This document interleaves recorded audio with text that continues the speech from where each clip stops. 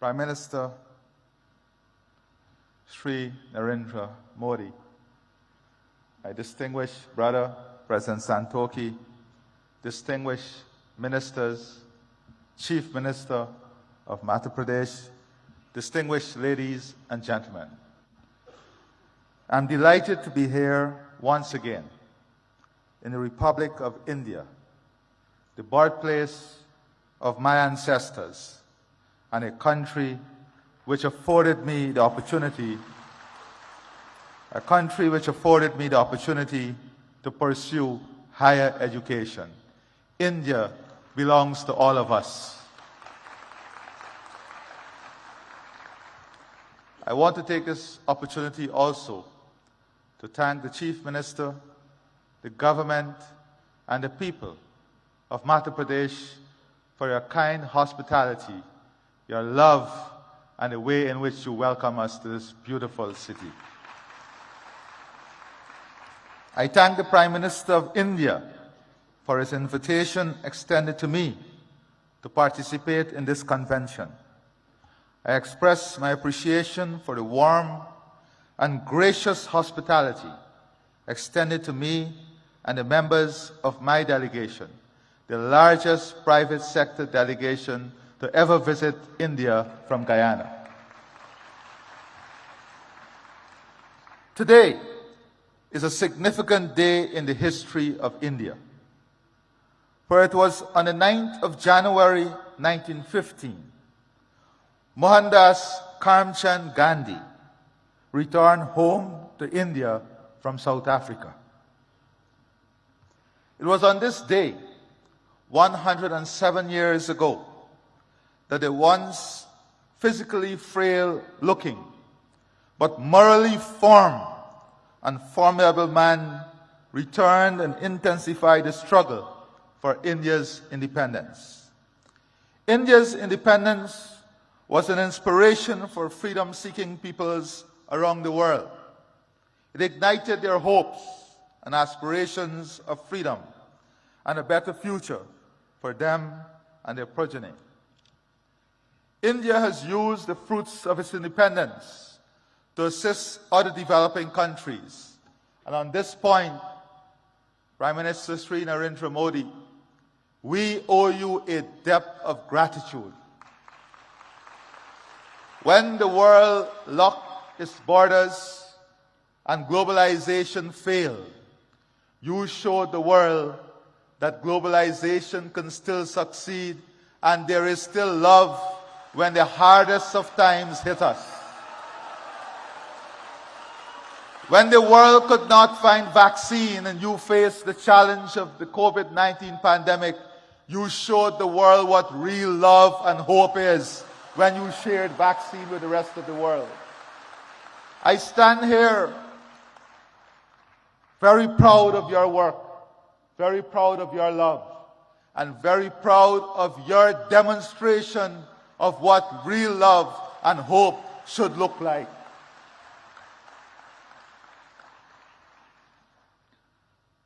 I take this opportunity to express once again my profound appreciation for India's support to Guyana.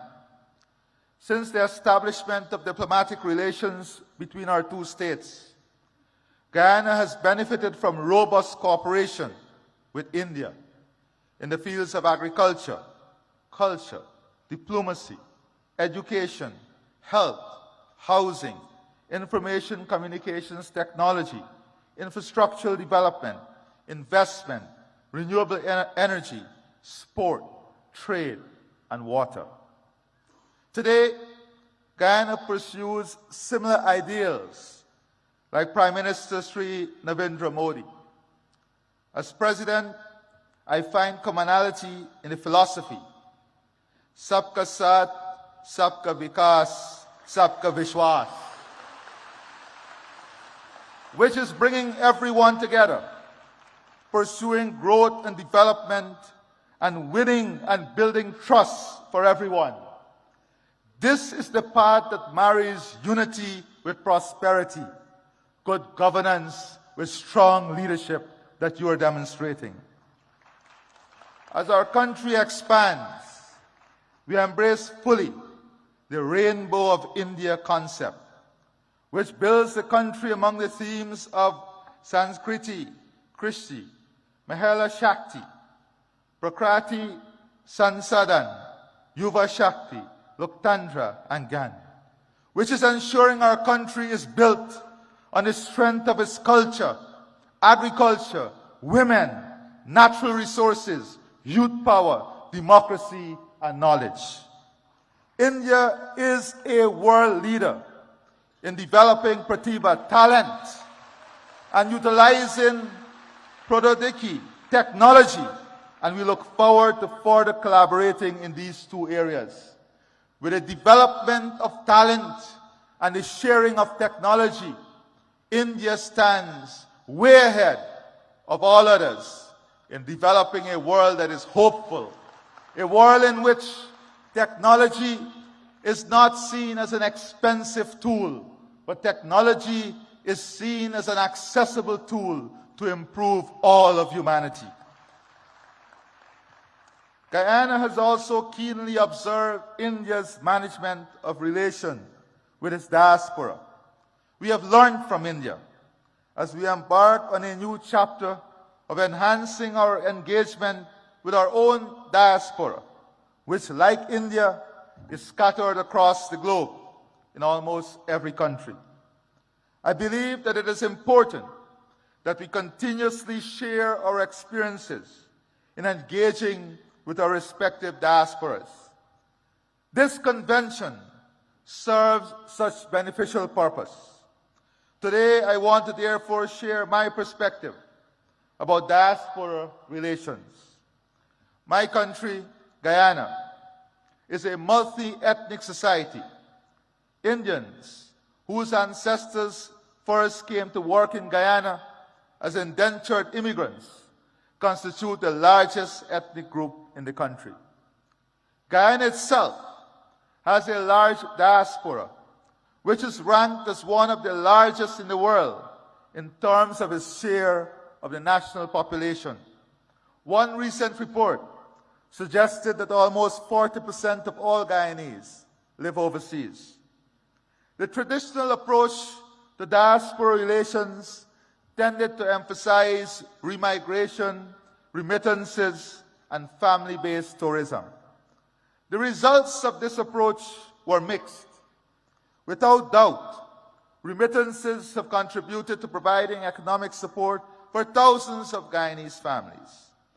We also were able to attract skilled persons to return and provide the country with much-needed critical skills to rebuild the economy, to restore international creditworthiness, and to establish enterprises. But pull factors including family ties and better opportunities also led to many of them returning overseas. Guyana is now a much stronger economy than it has ever been. It is now the fastest growing economy in the world, registering a real GDP growth of 19.9% in 2021, and growth for 2022 estimated at more than 50%. On this note, Prime Minister Sri Narendra Modi, I assure you that the economic opportunity, growth, and potential of Guyana is open to the entire private sector of India to participate fully and to be involved in the transformation that is taking place. The country's economy is now in a full takeoff mode of development. This transformative stage of economic development is spawning massive economic opportunities across almost all sectors of the economy. Our intention is to position Guyana to be among the leaders in the world in energy security, climate security, food security, fresh water, and a full-scale human resource development that provides the best health and educational services, and India is an important strategic partner in achieving all of this. Guyana is mindful of the experience of other countries, which have experienced rapid growth, but also led to socioeconomic inequalities. As such, we have embraced a One Guyana agenda, which promotes greater unity and shared prosperity amongst all of our people. Our diaspora is integral to the One Guyana agenda. As such, Guyana is now embracing a diaspora integration model. This flows from our belief that diasporas should not be treated as entities that are peripheral to nationhood. Diasporas are an integral part of our nation.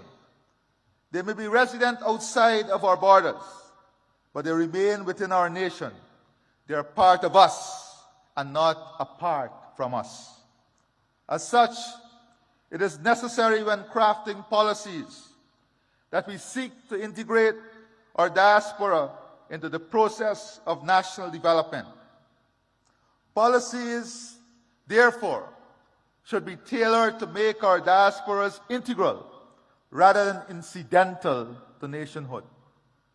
My experience has been that members of our diaspora are no less patriotic and no less fervent in their support of country.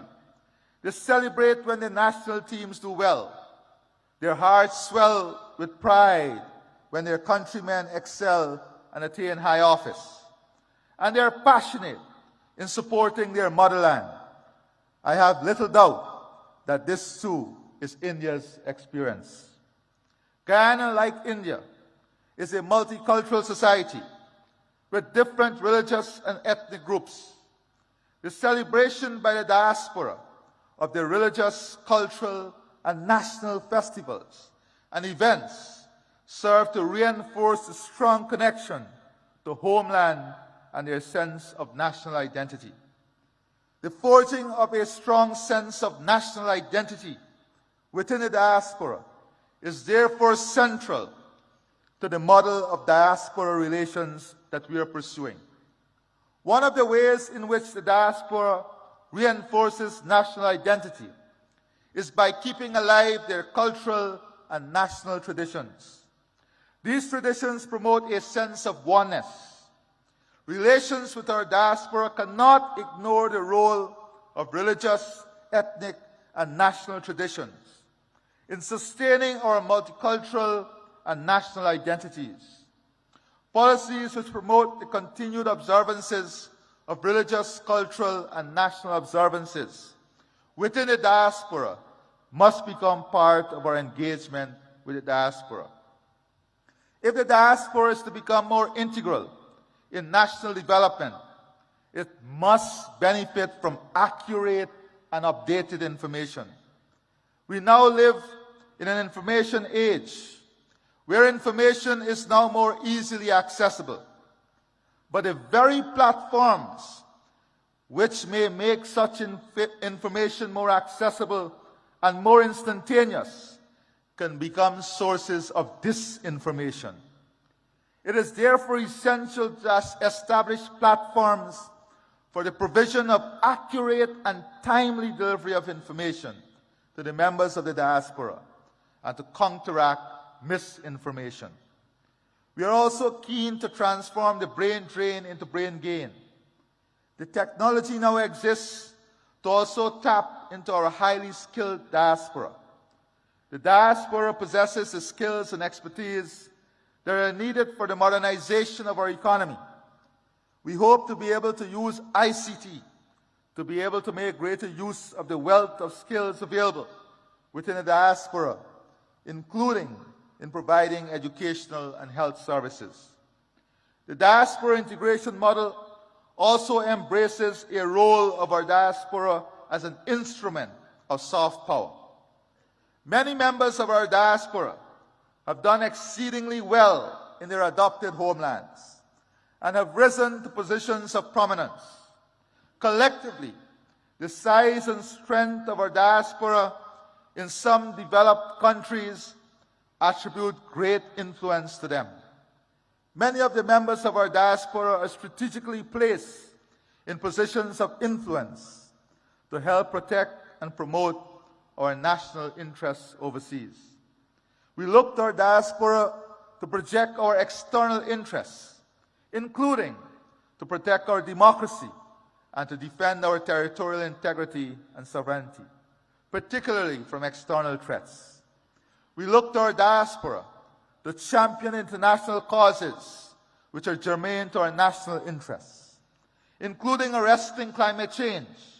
Indeed, we also look to our diaspora to wield its influence in attracting and unlocking markets for our products. Our experience dictates that diaspora policies should not be cast in stone. They must remain flexible and adaptable to changing realities. The realities in my country are changing, and we have adopted a new approach to diaspora relations, one that is consistent with our goals and aspirations. Our experience have also led us to underscore the importance of exchanging ideas about diaspora relations, and equally about creating strong diaspora networks and improving links between such networks. Before I close, Prime Minister Sri Narendra Modi, distance may be keeping us apart, but our heart and soul connects us through faith and hope.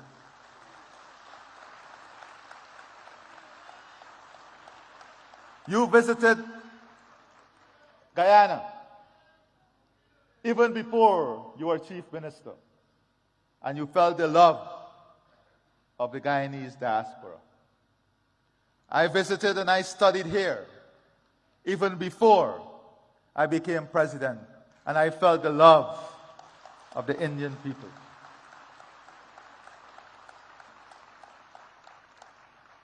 We pray and hope that before the end of this year, we will have the good fortune of your visit to Guyana, so that we can share with you our development aspirations and the hope of a country that is so connected to you and the people of India.